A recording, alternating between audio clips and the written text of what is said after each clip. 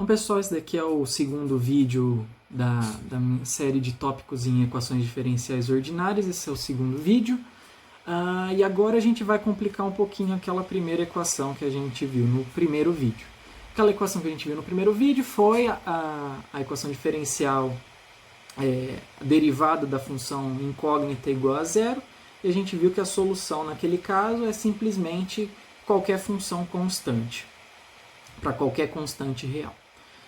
Agora, a gente vai complicar essa equação colocando o seguinte: a derivada dessa função incógnita vai ser igual a uma constante a vezes essa função incógnita, sendo que essa constante de proporcionalidade a ela é um número real diferente de zero.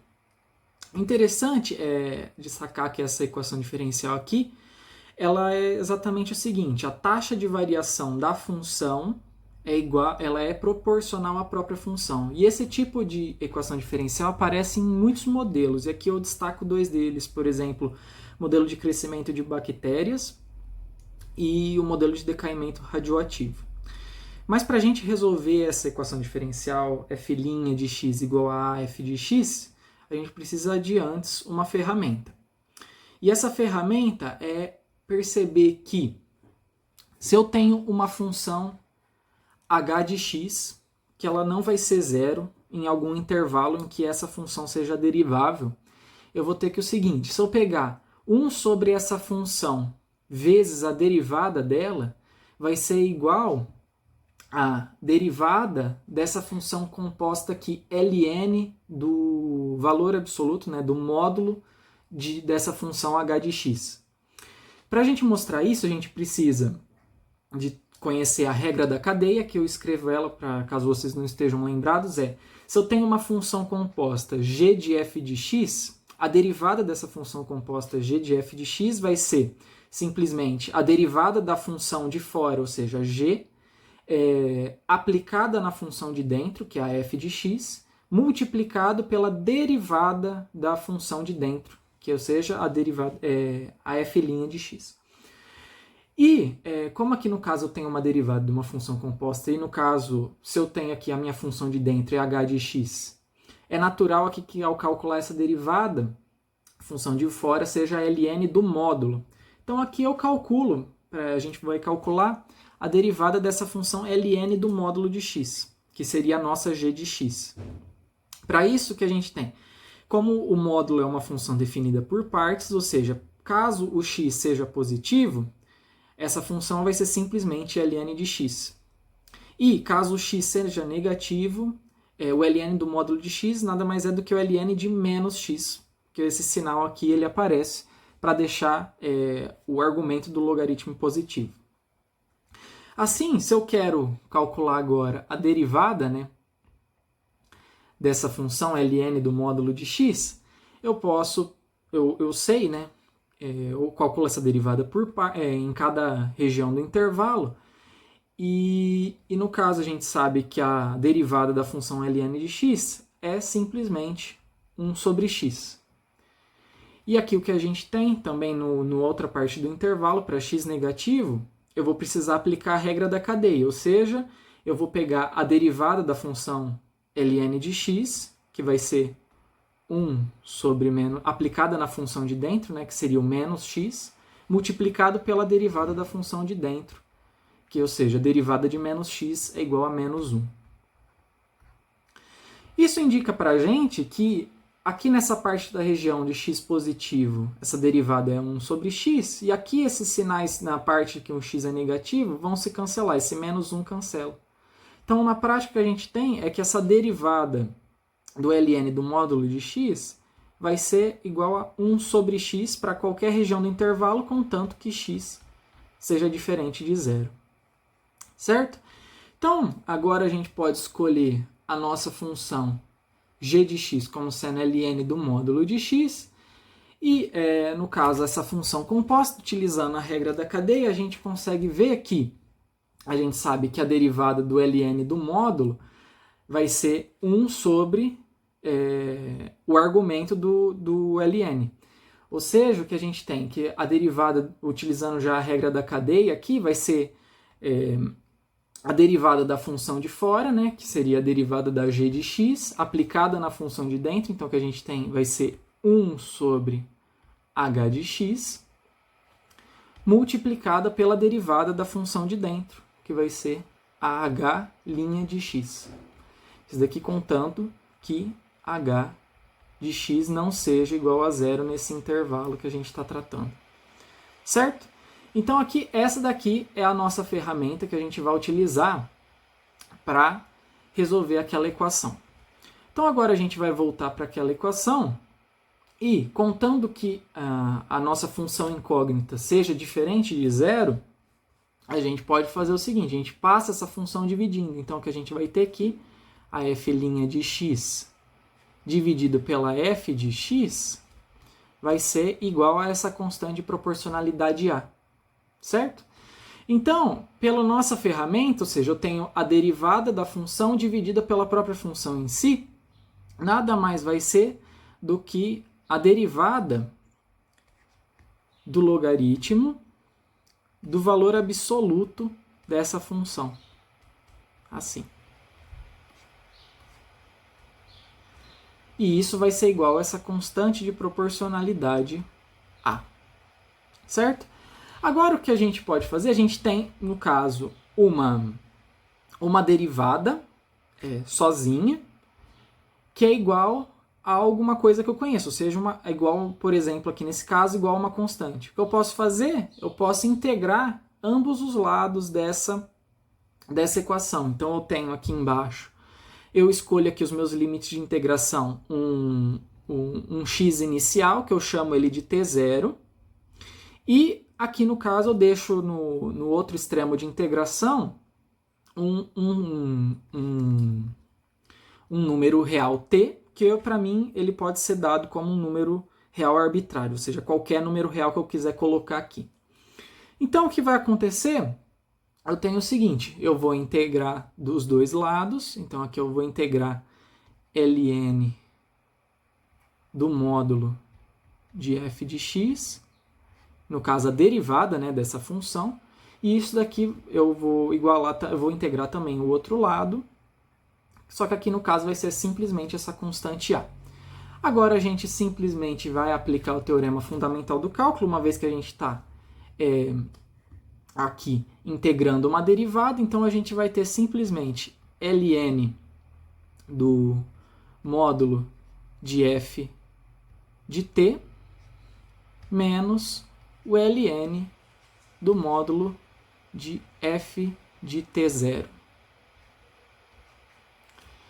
E aqui agora a gente pode integrar o outro lado. Como a gente sabe, a gente vai integrar uma constante.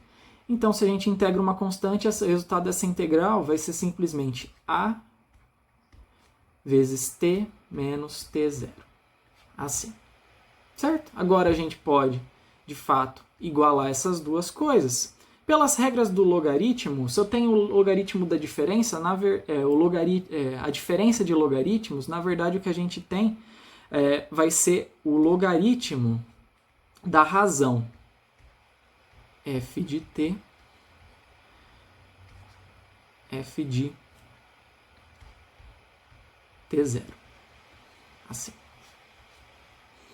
E isso vai ser igual a de t menos t0. Agora o que eu posso fazer é aplicar a função exponencial dos dois lados, que é a função inversa do logaritmo. E o que a gente vai ter é o seguinte, a gente vai ter que a f de t dividido pela f de t0, na verdade o módulo dela, né, vai ser igual a exponencial de a de t menos t0. Assim. Então, o que a gente pode fazer? A gente percebe que existem dois possíveis casos para... Como a gente tem aqui trabalhando com valor absoluto, né, com o valor do módulo, a gente tem dois valores possíveis, duas situações possíveis para essa função f de t. Se essa função f de t for positiva ou negativa. No caso, vamos pensar aqui... Vamos pegar o caso em que f de t dividido por f de t0 é maior que zero, certo? Então, o que a gente vai encontrar vai ser o seguinte, a gente vai ter que f de t vai ser igual a f de t0 vezes e a t menos t0. Isso mostra para a gente o seguinte, que f de t, se eu pegar aqui e utilizar as regras de exponencial, né, ou seja, eu separo aqui a exponencial em um produto, vou ter o seguinte, eu vou ter f de t0 vezes e a menos a t0 multiplicado por e a t. Como aqui eu poderia ser livre em escolher o x inicial como um t0 qualquer, eu simplesmente vou chamar essa multiplicação, esse f de t0 vezes e a menos a t0, vou chamar isso daqui de uma constante c. Então, o que acontece é o seguinte, eu tenho f de t vai ser igual a c vezes e elevado a at. Essa daqui é a solução pensando que essa razão entre a função aqui vai ser positiva. Essa razão entre f de t e f de t0 vai ser positiva. Mas ainda poderia ter um outro caso fosse negativo. Nesse outro caso fosse negativo, a gente vai chegar numa contradição, a gente não vai ter uma solução, vocês vão ver o porquê. Por quê? Eu vou ter que, na prática, eu já vou aqui adiantar rapidinho para vocês, que eu teria aqui no caso a f de t vai ser igual a menos f de t 0 vai ser igual a e a t menos t0. Só que se a gente pegar e escolher t igual a t0, a gente vai chegar numa contradição, que eu vou ter no caso que a f de t 0 vai ser igual a menos de ft0. Que aqui no caso isso daqui indicaria para a gente automaticamente que f de t0 tem que ser igual a 0. Mas isso contradiz a nossa hipótese lá de cima. Essa hipótese aqui de cima, de que para fazer essa divisão eu tenho que ter que essa função ela não pode ser 0 no intervalo. Então, nesse segundo caso aqui, em que a razão f dividido por t0 é um valor negativo, não funciona. Então, essa parte aqui a gente não gera solução. Só sobra a gente analisar, perceber que se a função f de t for igual a 0, de fato, aquela solução, antes da gente fazer aquela divisão pela f de x, a gente percebe que se a gente falar que essa função for uma função constante e igual a 0, ela satisfaz aquela equação. Então, a gente percebe que isso também é solução se a gente analisar a equação inicial. Aqui no caso, f de x. Ela é também uma solução se a gente pegar a solução inicial. E assim a gente fecha o conjunto solução. A gente tem que essa equação f de linha de x igual a 1a f de x, ela vai ter solução qualquer função f de x na forma de uma constante multiplicado por e elevado a vezes a variável, no caso nossa aqui que é x. Né? Como eu coloquei o x aqui, eu tenho que colocar o x aqui.